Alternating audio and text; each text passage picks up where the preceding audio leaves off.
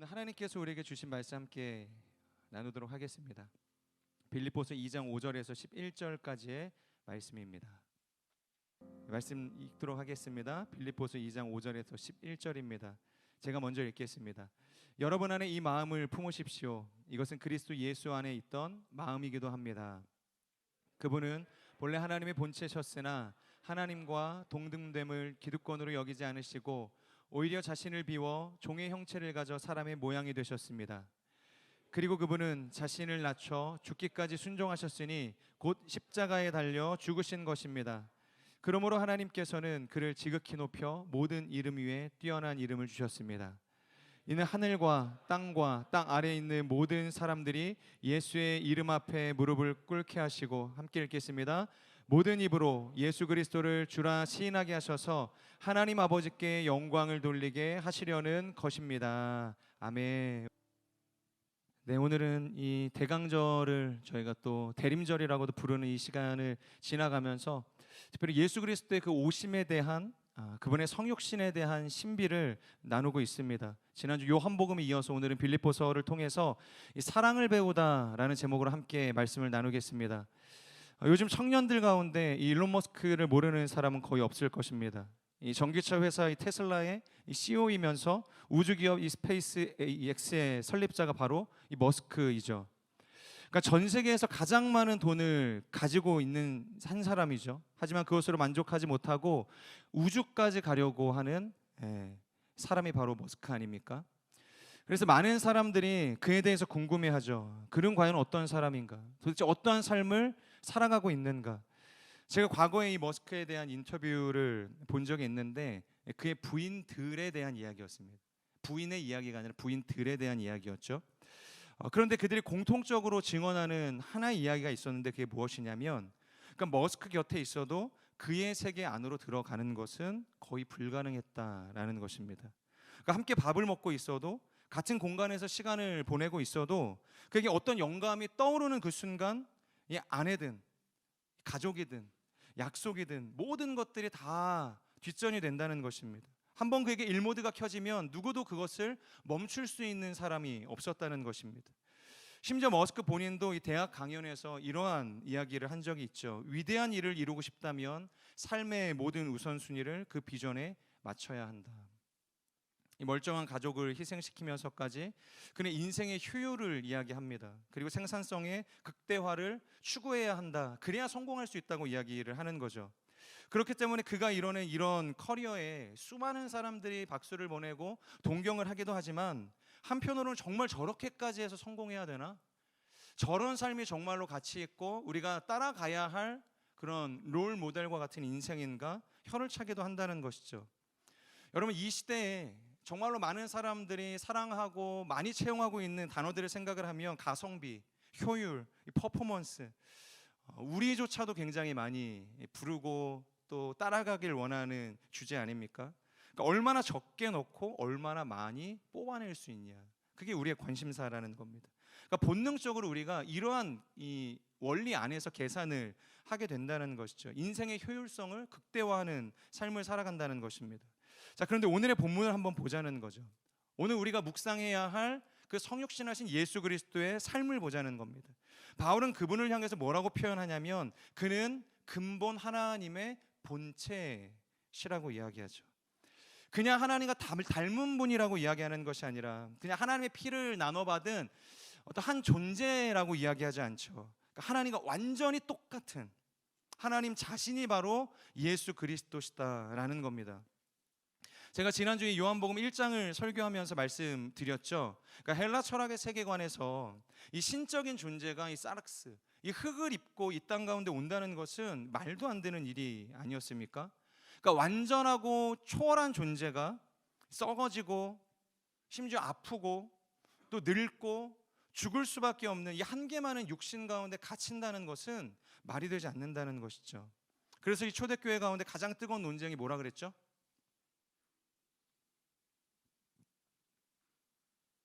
예수님의 이 하나님 되심, 그분의 그 신성을 확보하는 것이 교회가 세워지는데 가장 중요한 기둥이라고 말씀을 드렸죠.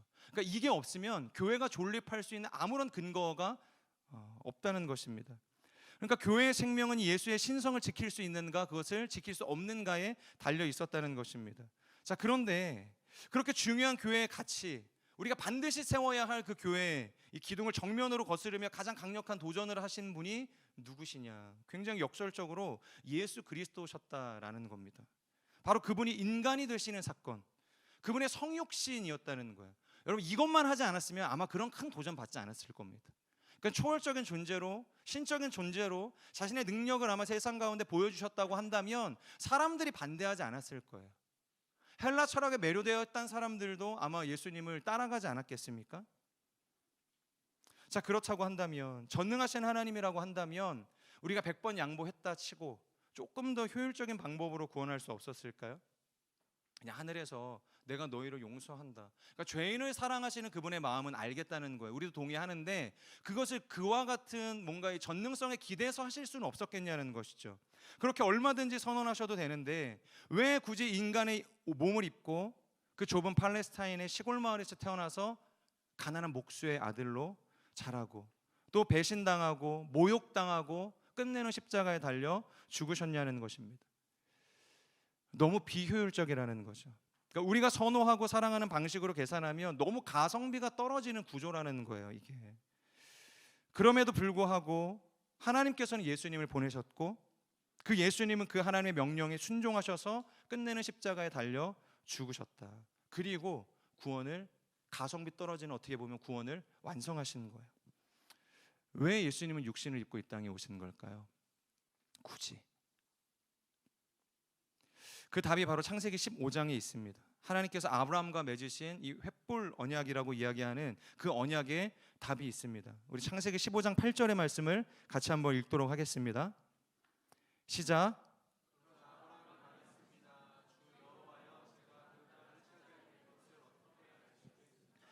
지금 하나님을 향해서 아브라함이 묻고 있죠. 그러니까 하나님께서 말씀하시는 언약이 뭔지는 알겠는데 내가 그거를 온전히 신뢰할 수 없으니 증표를 달라는 겁니다. 내가 믿을 수 있는 확실한 증표. 마치 기드온이 하나님 앞에 양털 뭉치를 놓고서 그것을 마르거나 아니면은 그 마당만 마르게 하거나, 그러니까 증표를 통해서 하나님의 계획을 확신할 수 있게 해달라고 한 것처럼 아브라함이 하나님 앞에 증표를 달라고 이야기하는 겁니다. 자, 그렇다고 한다면 보통 한 이 정도 격의 차이가 있는 존재의 대화라고 한다면 하나님이 짜증나니까 좀 그냥 믿어, 그렇다면 그런 줄 알아, 이렇게 하고 넘어갈 수 있지 않겠습니까? 근데 하나님은 강압적으로 그의 입을 닫게 하지 않으셨다는 거예요. 그리고 그의 연약한 믿음을 긍휼히 여기시고 언약의 의식을 체결해 주시는데, 바로 고대 근동에서 보편적으로 진행하고 있는 언약의 방식을 하나님께서 아브라함이 누구보다 잘 알고 있으니 그 방식을 가지고 와서 그것을 보여주시는 거예요. 자, 일단 짐승들을 길게 쪼개서 양쪽으로 벌려 놓습니다. 그리고 그 벌려진 사이로 언약을 맹세한 당사자들이 걸어가는 거예요. 함께 지나가는 것이죠. 그리고 그 길을 지나가면서 둘이 이야기를 합니다. 내가 만약에 이 언약을 깨면 이 짐승들처럼 찢겨 죽어져도 좋습니다. 그래서 언약을 맺다에 해당하는 이 히브리어 이 카라트베리트라는 단어가 바로 언약을 자른다라는 의미를 가지고 있는 거예요. 그냥 언약을 맺는다는 것은 이 언약이 깨어질 경우 우리가 마치 이렇게 잘려지고 찢겨질 수 있다는 것까지를 수용할 때 이 언약이 체결될 수 있다는 이야기인 것이죠. 그러니까 언약을 깨는 사람이 생기면 어떻게 되는 겁니까? 그 짐승처럼 찢겨지거나 깨어지거나 완전히 처참하게 죽임을 당할 수밖에 없다는 겁니다. 그런데 제가 이걸 보면서 약간 의아해한 거예요. 이 언약을 체결하는 과정을 여러분이 15장을 쭉 보시면은 이 언약이 효력을 발휘하려면 언약의 당사자인 아브라함과 하나님 둘이 그 찢겨진 짐승 사이를 지나가야 하는데, 창세기 15장을 보면 하나님께서 짐승은 가지고 와서 이 제단을 만들려고 하시지만 아브라함을 재우신다는 거예요. 그리고 그렇게 해가 지고 어둠이 지면에 가득하자 연기 나는 화로와 불붙은 횃불만이 그 쪼갠 고기들 사이로 지나갔다. 여러분, 여기서 나는 이 화로와 불붙은 횃불은 성경에서 하나님을 상징하는 표현과도 같습니다. 그러니까 이 장면이 우리에게 말해주는 바가 뭐냐면 아브라함은 이 사이를 걸어가지 않았다는 거예요. 하나님 스스로만이 이 언약의 사이로 지나가셨다는 거죠. 그러니까 이것을 더 적나라하게 이야기하면 아브라함아, 이 언약은 너와 나 사이의 언약이지만 그에 대한 책임은 내가 전부 다 지겠다는 이야기인 것이죠. 가령 너의 실패, 너의 배신, 너의 흔들림 때문에 이 언약이 무너지는 일은 결코 없을 거라는 것입니다. 그리고 만약 누군가 피를 흘려야 한다면 그것은 너의 피가 아니라 나의 피가 될 것이라는 하나님의 말씀이라는 거죠. 그러니까 언약이 깨질 때마다, 깨질 위험이 생길 때마다 아까 이야기했던 거 카라트 베리트, 여러분 짐승처럼 찢겨져야 할 존재는 누구입니까? 언약을 깨트린 연약한 아브라함이 아니라 죄 많은 우리의 인생이 아니라 바로 언약을 홀로 걸어가신 하나님 자신이 되겠다는 선언이 이 창세기 15장에 담겨진 횃불 언약이라는 것이죠. 그리고 이 말은 실제로 어디로까지 이어지게 됩니까? 예수 그리스도의 십자가로까지 이어지게 된다는 것이에요. 정말로 언약을 깨뜨린 이 인간을 위해서 하나님 자신이 예수님을 통해서 스스로 몸을 찢기신 사건, 여러분 그것이 예수님의 십자가 구원 사건 아닙니까? 그러니까 이 빌립보서 2장에 나오는 예수님의 성육신에 관한 이야기라는 것은 창세기 15장에서 시작된 이 횃불 언약의 완성을 의미하는 것이고, 죄인된 인간을 위해 십자가로 걸어가시는 이 예수님을 멀리서 비춰주는 전조와도 같다는 것입니다. 제가 근데 이 말씀을 계속 하면서도 그러니까 그렇다고 하니까 동의는 되어지는데 그런 궁금증이 생기지 않습니까? 아무리 그렇다 하더라도 굳이 예수님이 몸을 입고 오실 필요는 없지 않으시겠어요? 아까 제가 뭐라고 했습니까? 언약이 깨질 때 피를 흘려야 하는데 그것을 누가 하겠다고 하셨습니까? 네가 하는 게 아니라 내가 할 거야. 하나님이 자신이 하겠다고 이야기를 하시는 거예요. 근데 여러분 영이신 하나님께서 육신이 있습니까? 흘려야 할 피가 있습니까? 없거든요. 여러분 피를 흘리고 죽는다는 것은 반드시 우리와 같이 흙으로 된 몸이 있는 사람들만이 할 수 있는 것입니다. 여러분 그래서 창세기 25장에서 하신 이 횃불 언약을 정말로 하나님께서 온전하게 지키시기 위해서 해야 할 일이 딱 하나 있다면 그게 뭐겠습니까? 몸을 입고 이 땅에 오는 방법 외에는 없다는 거예요. 그러니까 성육신은 마치 우리가 이렇게 판타지 영화나 이 소설 같은 거 보면은 이 신적인 존재가 이 인간 세상의 어떤 잠시 잠깐의 유의를 위해서 인간의 몸을 입고서 오는 그런 장면들이 있거든요. 그러니까 이 드래곤 같은, 용 같은, 우리가 폴리모프라고 이야기를 해요. 사람으로 변신해서 그래서 인간의 어떤 이런 여행에 참여하는 그런 일들이 판타지의 많은 요소들 중에 등장을 합니다. 근데 그런 유희가 아니었다는 거예요. 신의 어떤 일탈이 아니었다는 것입니다. 창세기 15장에서 하나님이 친히 맺으신 이 언약, 이것은 필연적인 선택이었고 이 언약을 우리에게 이루시기 위한 하나님의 어떻게 보면 몸부림과도 같았다라고 볼 수 있는 것이죠. 그래서 아타나시우스라는 이 초대교회 교부는 성육신을 향해서 뭐라고 이야기하냐면 그분이 우리가 된 것은, 그러니까 그분이 육신을 입고 이 땅에 온 것은 우리가 그분이 되게 하려는 것이다. 그러니까 우리를 구원케 하시기 위해서라고 이야기를 한다는 거예요. 그러니까 우리가 있는 자리로까지 하나님이 내려오시지 않는다면 우리를 끌어올리실 수 없기 때문에 하나님은 우리가 있는 자리로 필연적으로 내려오실 수밖에 없었다는 것입니다. 그리고 이런 예수님의 성육신 사건은 2000년 전의 구원의 사건으로 끝나는 것이 아니라 오늘을 살아가는 우리에게도 동일하게 요청하고 있다는 것입니다. 나는 너희를 위해서 여기까지 내려왔다는 거죠. 이제 너는 누구를 위해서 내려가 줄 수 있겠니? 저는 이번 대강절을 지나가면서 이 질문을 좀 붙들고 살아갈 수 있으면 좋을 것 같다는 생각을 합니다. 내 관계 속에서, 내 일터와 학교에서, 그리고 공동체에서 가성비가 아니라 이 언약과 사랑을 기억하며 하나님을 믿고 한 번쯤은 한 번도 생각해보지 못했던, 내가 내려갈 수 없다고 생각했던 그곳으로까지 내려가서 예수님과 같은 삶을 살아볼 수 있기를 주님의 이름으로 축복합니다. 그리고 조금 더 이분의 성육신의 말씀을 바라보면서 말씀을 이어가고 싶은데요, 바로 그분의 마음이 무엇일까라는 것입니다. 그리고 그분의 겸손이 무엇인가라는 거죠. 우리 5절 본문의 말씀을 같이 함께 읽도록 하겠습니다. 시작. 여러분 안에 이 마음을 품으십시오. 여기서 말씀하시는 이 그리스도 예수의 마음이라는 것은 다른 해석의 여지가 없죠. 이것은 무엇입니까? 그리스도 예수의 마음은 바로 겸손을 이야기하는 것입니다. 그러니까 예수님의 마음을 이야기할 때 다른 것으로 대체할 수 없는 것입니다. 예수의 마음은 겸손의 마음, 겸손 그 자체라는 것이죠. 근데 여기서 우리가 주목해야 할 중요한 사실이 뭐냐면 성경에서 우리에게 겸손하라고 이야기할 때 이것은 단순히 권면이 아니라는 것입니다. 이것은 명령이라는 것이죠. 그럼 이 뉘앙스의 차이가 그렇게 중요한가? 라고 생각을 하실 수 있는데 중요하다는 겁니다. 예를 들어서 고린도전서 14장 5절을 보면 사도 바울이 뭐라고 이야기하냐면 나는 너희가 다 방언 말하기를 원한다고 하거든요. 하지만 이것은 명령형이 아니죠. 권유형입니다. 할 수 있으면 좋겠다. 할 수 있다면 사모했으면 좋겠다. 그러니까 100% 권면을 이야기하는 것이죠. 그러니까 이 말씀의 뜻이 무엇이냐면 방언은 은사의 영역이기 때문에 하나님께 간절히 구하지만 하나님이 주시지 않으면 방언을 할 수 있는 사람도 있지만 할 수 없는 사람도 있습니다. 여기 있는 사람들이 다 방언하는 거 아니잖아요. 여기 있는 사람들이 다 예언하지 않지 않습니까? 하나님이 주시면 하는 것이고 주시지 않으면 그냥 주실 때까지 기다리시면 돼요. 조급해할 이유가 전혀 없다는 것이죠. 물론 방언의 은사가 있으면 기도할 때 확실히 유리한 점이 있죠. 길게 기도할 수 있습니다.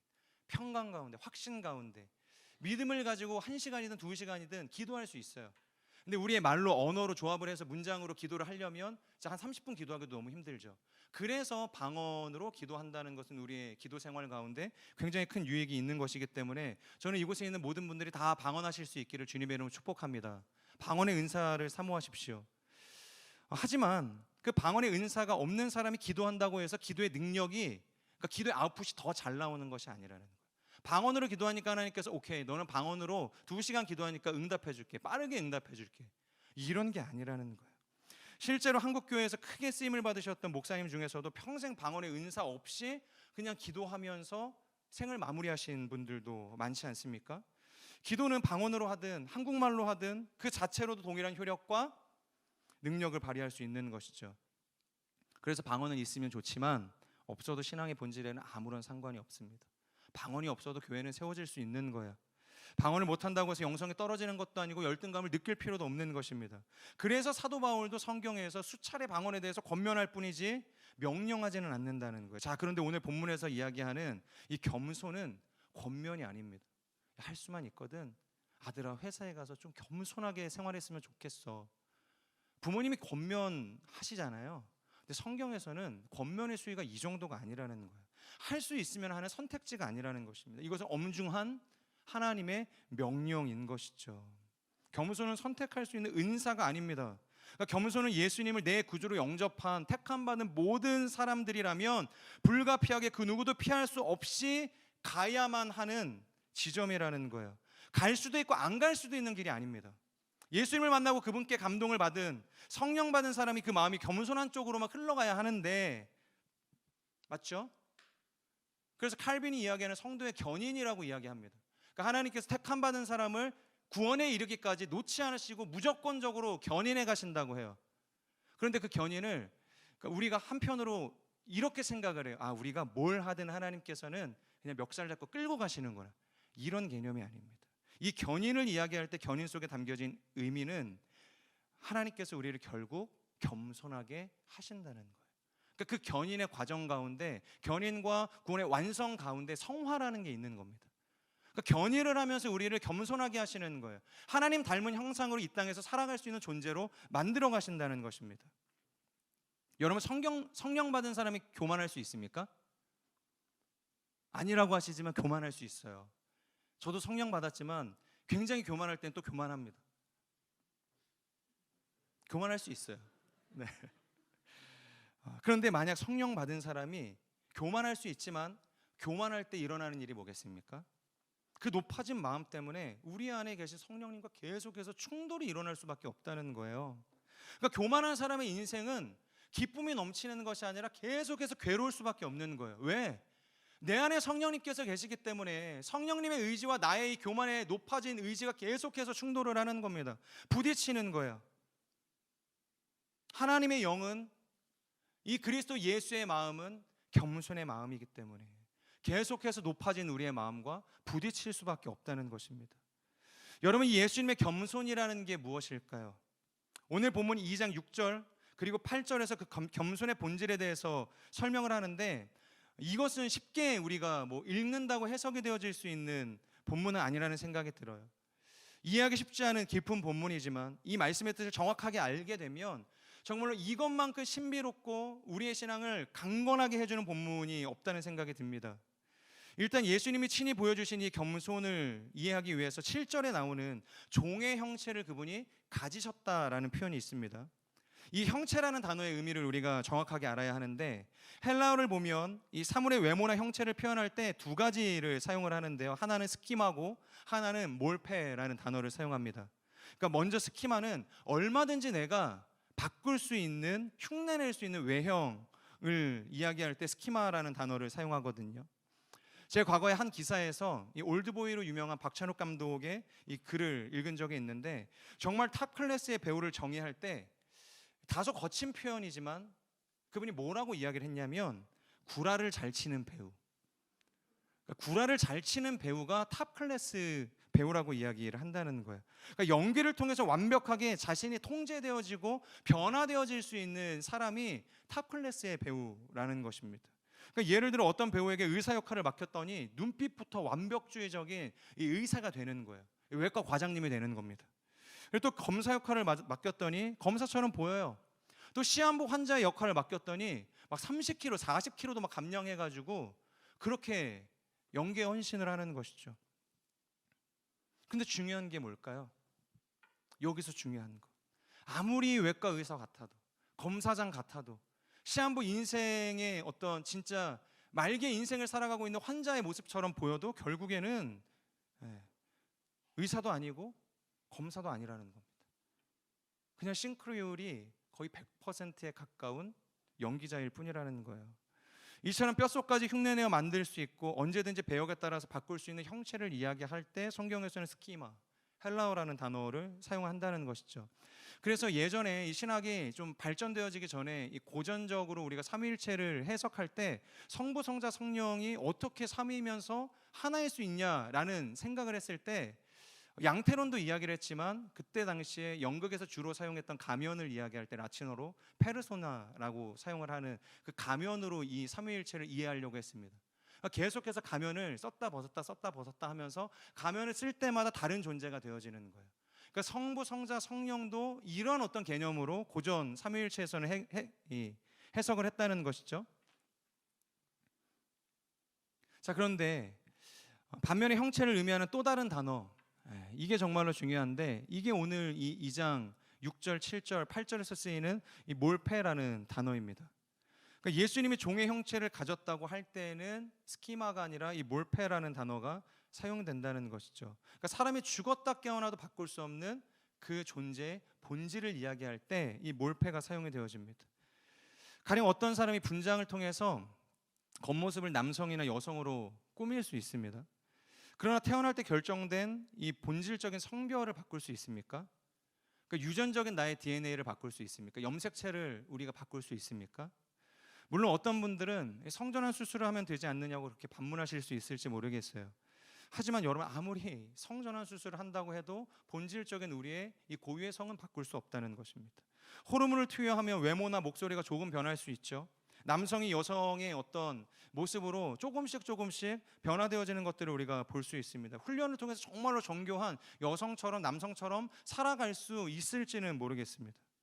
하지만 결국 외과 수술을 통해서 정말로 중요한 남성과 여성성을 결정하는 그 부분을 도려내거나 만들어내지 않으면 비슷한 형태로도 우리가 나아가기 어렵다는 것입니다. 근데 중요한 것은 아무리 외과 수술을 통해서 정말로 똑같은 모습으로 남성이다, 여성이다 만들어놔도 그게 정말로 남성이겠습니까? 여성이라고 우리가 이야기할 수 있겠습니까? 바로 이처럼 인간의 힘으로 절대로 바꿀 수 없는 본질의 형체, 이것이 몰페라는 거예요. 그러니까 오늘 예수님께서 행하신 이 겸손이라는 게 충격적으로 우리에게 다가올 수밖에 없다는 거예요. 6절을 보면 그분을 뭐라고 이야기합니까? 그는 근본 하나님의 본체시나 하나님이시라는 거예요. 예수님은 본질상 아버지 하나님, 전능하신 하나님과 동일한 본질, 이 몰페를 가지고 계신 분이십니다. 여러분, 이게 신학적으로도 굉장히 중요한 문제거든요. 그래서 초대교회 역사 속에서 아까 예수 그리스도의 신성에 대해서 이야기를 했을 때 이분이 과연 하나님과 유사 본질이냐 아니면 동일 본질이냐라는 것으로 정말 오랫동안 싸웠습니다. 그러니까 300년이 넘는 시간을 싸웠어요. 그러니까 니케아 공의회에서 우리가 오케이 유사 본질 아니라 동일 본질이다 이것을 선언한 이후에도 계속해서 싸웠습니다. 그래서 마침내 예수님이 가지신 신성은 하나님과 동일한 동일 본질이다 이것이 꽝꽝꽝 컨펌되기까지 수십 년이 지났고 이 니케아 공의회에서 이 콘스탄티노플까지 이게 논쟁이 이어져 갔다는 거예요. 결국에는 예수님이 하나님과 완전히 형체가 똑같은 동일 본질의 하나님이라는 것이 우리의 신앙 고백문에 채택이 되게 됩니다. 그러니까 여러분 이것은 어떤 외부의 힘으로도 아무리 우리가 물리적인 어떤 영향력을 가한다고 해도 바꿀 수 없는 그분의 신성이라는 거예요. 아무리 노력해도 죽었다 깨어나도 바꿀 수 없는 그 본질, 그게 바로 아까 몰패라고 하지 않았습니까? 예수님의 몰패는 바로 하나님이 시라는 겁니다. 그런데 문제는 그 하나님이 예수님이 이 땅에 오셨다는 것입니다. 제가 지난주 말씀을 준비할 땐 하나님께서 하실 수 없는 일이 이렇게 많은지 몰랐어요. 언약을 어기시는 걸 하나님께서 하실 수 없다는 이야기를 제가 지난주에 드리지 않았습니까? 근데 하나님은 사실상 하나님 자신이 몰패의 형체를 버리고 육신이 된다는 것 자체가 원래 불가능하신 존재라는 거예요. 근데 놀랍게도 하나님께서는 그 불가능한 일을 가능케 하셔서 이 땅에 오셨다는 것입니다. 우리와의 그 언약을 지키시기 위해서. 자, 그럼 예수님은 얼마든지 선택하실 수 있죠. 이 땅에 오시는 건 좋습니다. 육체를 입으신 건 좋아요. 그럼 귀족으로 오시거나 왕으로 오시거나 어떤 지배자층으로 오실 수 있지 않습니까? 그런데 오늘의 본문은 뭐라고 이야기하냐면 주님께서 종의 형체를 취하셨다라고 이야기합니다. 여기에 중요한 신비가 있죠. 지금 예수님께서 취하신 이 종의 형체라는 그것은 스키마가 아닙니다. 잠시 종의 연기를 하신 것이 아니라 종의 몰패, 진짜 종이 되셨다는 거예요. 그분의 형체와 체질 자체가 완벽한 인간으로 종의 형체로 변환되신 것입니다. 그러니까 생각하는 것도 종처럼 생각하시고 행동도 종으로 행동하시고 태어날 때도 종처럼 가장 낮은 곳에서 태어나셨다는 것이죠. 그리고 더 놀라운 게 뭐냐면 부활하시고 승천하셨잖아요. 그럼 원래 있었던 하나님의 그 자리로 돌아가셨다고 한다면 그분의 몰패가 바뀔 수 있는 여지가 있지 않습니까? 이미 구속사역을 다 마치셨다고 한다면 하나님으로 바뀌실 수 있는 거잖아요. 그런데 여전히 그 본질을 돌이키지 않으신다는 거예요. 지금 하나님의 이 보좌 우편에서 예수님께서 수행하시는 역할을 성경에서 뭐라고 이야기하는가? 요한 1서에서도 그렇고 로마서에서도 그렇고 히브리서에서도 계속해서 이야기하는 것이 우리를 위해서 중보한다. 그분이 우리의 대언자이시다. 요한 사도가 요한 1장에서 이야기를 합니다. 그리고 그분의 섬기시는 종의 역할에 대해서 이야기하죠. 이것은 대제사장의 직분에 대한 이야기를 하는 것이죠. 그분은 우리를 도우시는 분이시다. 우리를 위해서 수고하시는 분이시다. 우리를 섬기시는 분이시다. 그 이야기를 하는 거예요. 그러니까 여러분, 예수님이 이 땅에 오셨을 때 세상의 권세자들과 사람들이 그분을 하나님의 아들로 알아볼 수가 없었다는 거예요. 그러니까 무시하게 된 것입니다. 왜냐하면 인간의 관점에서는 왕이란 존재, 이 메시아는 섬기는 존재가 아니라 뭐예요? 섬김을 받아야 하는 존재이기 때문이라는 거죠. 이 광해와 같은 이 영화만 보더라도 광해가 볼일을 볼 때도 손 하나 까딱하지 않습니다. 병기에 앉으면은 모든 이 주변에 수종을 대는 사람들이 다 처리를 해줘요. 아무것도 까딱하지 않고 그렇게 살아갈 수 있는 것입니다. 여러분, 이게 우리가 원하는 인생의 그 최종 골 아닙니까?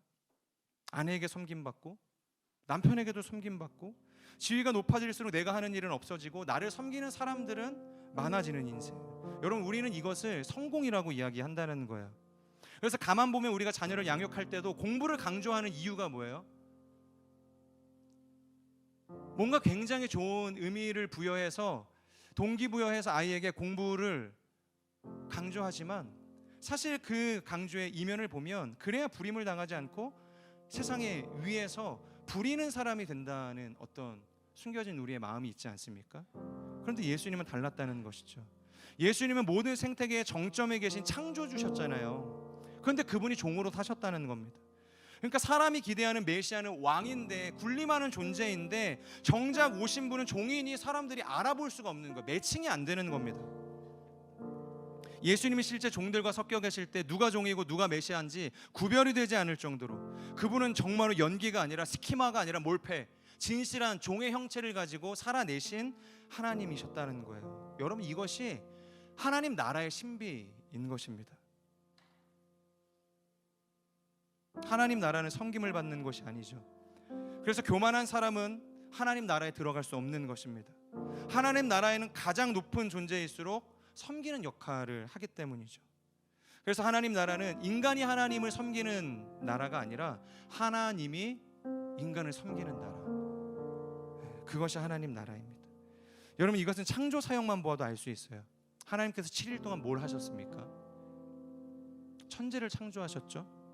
만약에 하나님께서 섬김을 받길 원하시는 하나님이라고 하셨다면 첫째 날에 세상을 만들지 않고 누굴 만들었겠어요? 아담을 만들었겠죠. 그리고서 막 이제 세상을 만드시면서 아담에게 흙도 좀 퍼오라고 하고 나무도 저기 가서 좀 심으라고 하고 그렇게 수종드는 종으로 이 아담을 부리지 않았겠습니까? 근데 하나님께서는 빛과 어둠, 하늘과 땅 모든 이 환경을 완벽하게 창조하시고 난 다음에 마지막 날 인간을 만드셨다는 거예요. 인간은 그냥 하나님이 창조하신 창조 세계에 뚝 떨어진 존재였다는 겁니다. 여러분, 이 창조 사역에서 인간이 하나님을 위해서, 이 창조를 위해서 무엇을 기여했습니까? 아무것도 하지 않았습니다. 그러니까 창조라는 것은 전적으로 하나님께서 인간을 위해서 도우신 사건이라는 거예요. 그저 인간은 그 섬김을 받았을 뿐이라는 것이죠. 그리고 요한계시록 장차 오실 그 하나님의 나라, 새하늘과 새 땅도 마찬가지죠. 지금도 주님은 그 하나님의 보좌 우편에서 우리가 영원히 거할 처소를 예비하고 있다. 계속해서 새로운 창조가 일어나고 있습니다. 그런데 그곳에서도 우리가 할 일은 아무것도 없다는 거예요. 주님이 오시는 그날 우리는 완성된 그 나라의 첫 창조의 그 사역 때와 같이 그냥 뚝 떨어지게 될 거예요. 전부 예수님이 준비하시고 전부 예수님께서 수고하신 그 천국이라는 곳에 새하늘과 새 땅에 우리는 들어가게 될 뿐이라는 것입니다. 우리가 태어나서 죽어 영생에 이르는 그날까지 하나님이 수고하시고 우리는 그 하나님의 섬김을 받을 뿐이라는 것입니다. 여러분, 이것이 바로 복음의 신비이고 오늘 빌립보서가 이야기하고자 하는 복음의 은혜라는 것이죠. 여러분, 우리는 상급 좋아하죠. 교회에서 열심히 봉사하고 선교하고 예배하는 것도 어떻게 보면 내 안에 숨겨진 보상 심리 때문은 아닐까라는 생각을 합니다. 그러니까 사람들에게 인정받고 싶고. 그런데 나중에 천국에 들어가 우리가 그렇게 바라던 하나님 안에서의 상급을 받게 되어질 때 우리는 깜짝 놀랄지도 몰라요. 왜냐하면 성경에서 주님이 약속하신 해의 영광, 달의 영광, 그리고 별의 영광이 있다고 하는데 그 영광은 우리가 생각하는 그 영광이 아닐 수 있기 때문입니다. 이 복음서를 보면 이 문화에 대한 비유를 예수님께서 하시거든요. 어떤 본문에서는 달란트 비유를 하시기도 하지만 또 한편으로 누가복음에서는 문화에 대한 비유를 하시거든요. 그러니까 주인이 집을 떠날 때 자신의 종 10명을 부릅니다. 그리고 그들에게 각 사람에게 1문화씩을 남겨줘요. 그런데 여기서 2명의 종만이 문화를 통해서 이윤을 얻습니다. 그래서 왕이 되어서 돌아온 자신의 주인이 이 일들에 대해서 이제 정산을 하게 되는 거예요. 그리고 2명의 이윤을 낸 이 종들에게 왕이 칭찬을 합니다. 그리고 상급을 주죠. 이 10문화를, 한 문화로 10문화를 남긴 종에게는 뭘 줍니까? 10고을을 다스릴 수 있는 권세를 주거든요. 그리고 5문화를 남긴 종에게는 5고을을 다스릴 수 있는 권세를 줘요. 그리고 아무것도 남기지 않고 땅에 파묻었다가 그냥 한 문화를 주었던 종들 8명에게는 그냥 있는 것마저 뺏어서 이윤을 낸 종들에게 그것을 주십니다. 여러분, 보통 우리가 이 문화 비유를 통해서 기대하는 게 뭡니까? 오케이, 우리도 상급받기 위해서 열심히 순종하자. 하나님께서 원하시는 이 달란트와 문화를 땅에 묻어두지 않고 착실히 그 사역에 열매를 맺자. 이렇게 해서 헌신하며 달려가거든요. 그래서 우리도 그 10골과 5골과 같이 하나님 앞에 그런 영광받을 이 상급을 기대하면서 나아간다는 거예요. 자, 그런데 오늘의 본문을 보자는 거죠. 만왕의 왕이신 예수님, 하나님 자신이셨던 예수님께서 세상을 다스리시는 권세를 우리에게 어떻게 보여주시냐는 거예요. 우리가 생각하는 그 방식입니까? 군림하는 방식이에요. 군림이 아니라는 거죠. 섬김이라는 것입니다. 종의 형체를 가지고 우리를 철저히 섬겨주시는 권세를 우리 가운데 보여주시는 거죠. 더 이상 낮아질 수조차 없는 자리까지 내려오셔서 우리를 위해 자신의 생명을 내어주시기까지 섬기신 분, 그것이 예수님께서 가지고 계셨던 왕으로서의 권세였다는 것입니다. 그렇기 때문에 우리가 받게 되어질, 누군가는 10골일 수도 있고 누군가는 5골일 수도 있을지 모르겠습니다.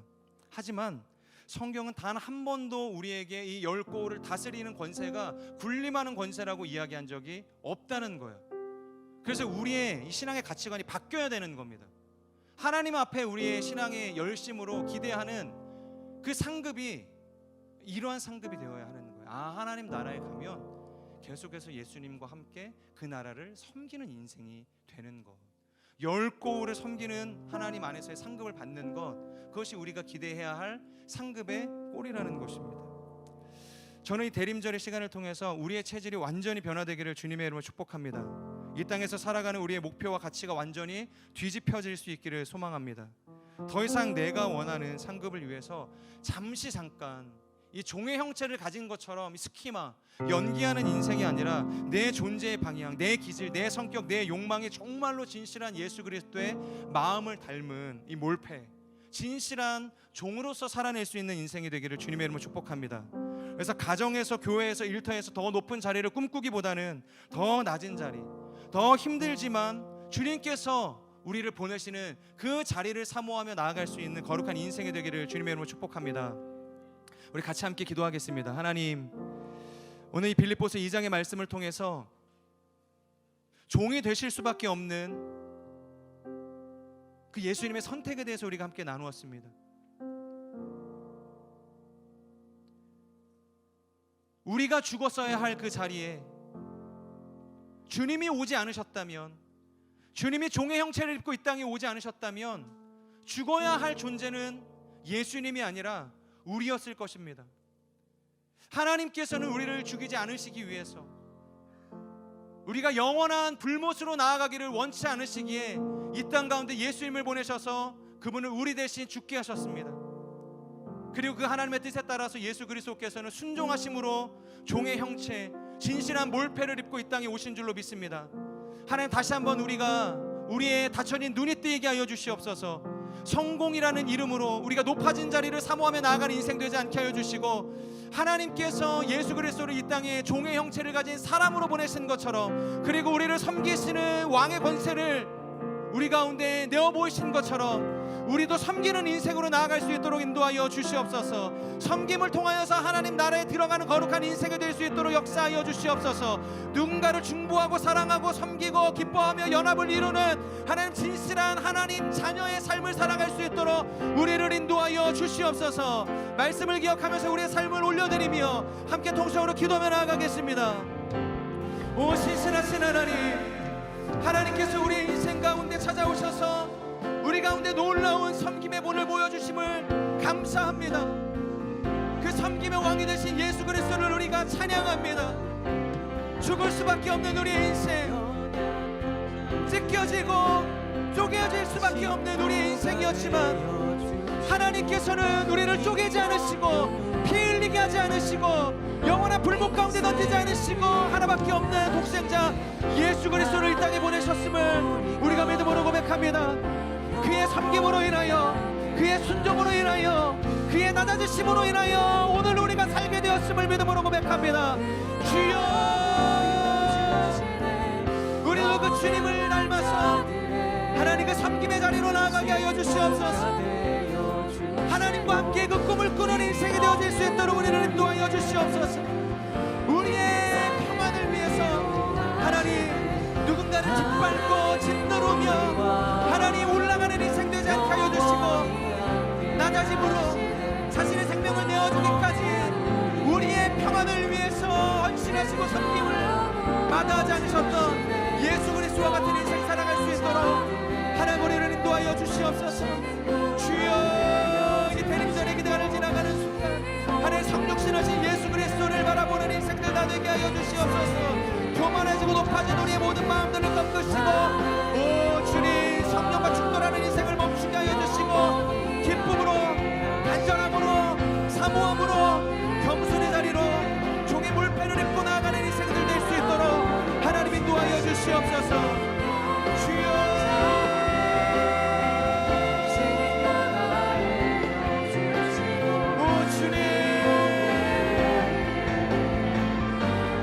고백하며 나아갑시다. 하나님 우리와 영원히 함께 하시네. 흠없는 우리의 그 나라 보여주시네. 연약한 자들의 친구가 되어주시고 힘없는 우리의 인생을 위로하시네. 처음부터 고백하며 나아갑시다. 당신은 시간을 뚫고 이 땅 가운데 오셨네. 우리 없는 하늘 원치 않아 우리 삶에 오셨네. 당신의 평안 버리고 우리에게 평안 주셨네.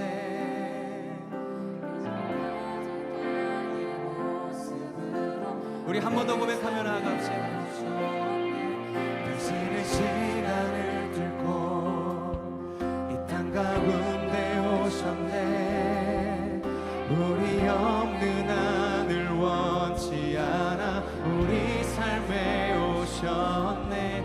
자신의 평안 버리고 우리에게 평안 주셨네. 가장 낮은 자의 모습으로 우리 삶에 오셨네. 하나님 우리와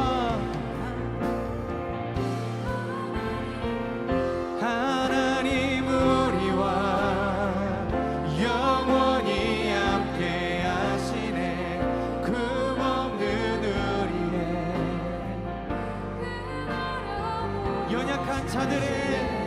연약한 자들의 친구가 되어주시고 힘없는 우리의 인생을 하나님 우리와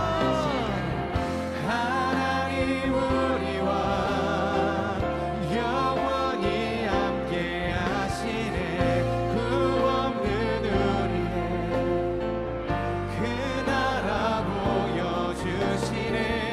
연약한 자들의 친구가 되어주시고 힘없는 우리의 인생을 위하시네. 그렇습니다. 주님, 하늘의 보좌를 버리시고 이 땅 가운데 오신 예수 그리스도, 그 전능하시고 지존자의 자리를 버리시고 종의 형체, 그 종의 몰패를 가지시고 이 땅 가운데 우리와 함께 울고 웃고 때로는 줄이기도 하고 조롱받기도 하고 비난을 감수하면서까지 끝내는 십자가에 달려 죽으신 그 예수 그리스도, 그 구원의 하나님을 우리가 찬양합니다. 이 대림절을 지나가는 동안 하나님, 우리의 헛된 욕망에 사로잡혔던 모든 높아진 마음과 눈이 다시 한번 겸손의 왕으로 이 땅에 오신 예수 그리스도를 주목하는 시간이 될 수 있도록 인도하여 주시옵소서. 가장 낮고 낮은 자리에 오셔서 우리를 섬기시고 우리를 살리신 만왕의 왕이신 예수 그리스도의 그 권세를 바라보며 나아가는 우리의 삶이 될 수 있도록 하나님 인도하여 주시옵소서. 그래서 높아진 우리의 모든 마음을 낮추고 우리도 다시 한번 섬김의 자리로 나아가기를 결단하는 하나님 은혜의 시간이 될 수 있도록 역사하여 주시옵소서. 그렇게 만왕의 왕이신 예수님이시지만 우리를 구원하시기 위해서 이 땅 가운데 진실로 종의 형체를 가지고 오셔서 마침내 우리를 구원하신 예수 그리스도의 이름으로 감사하며 기도드립니다. 아멘. 우리 주님 앞에 감사의 박수 한번 올려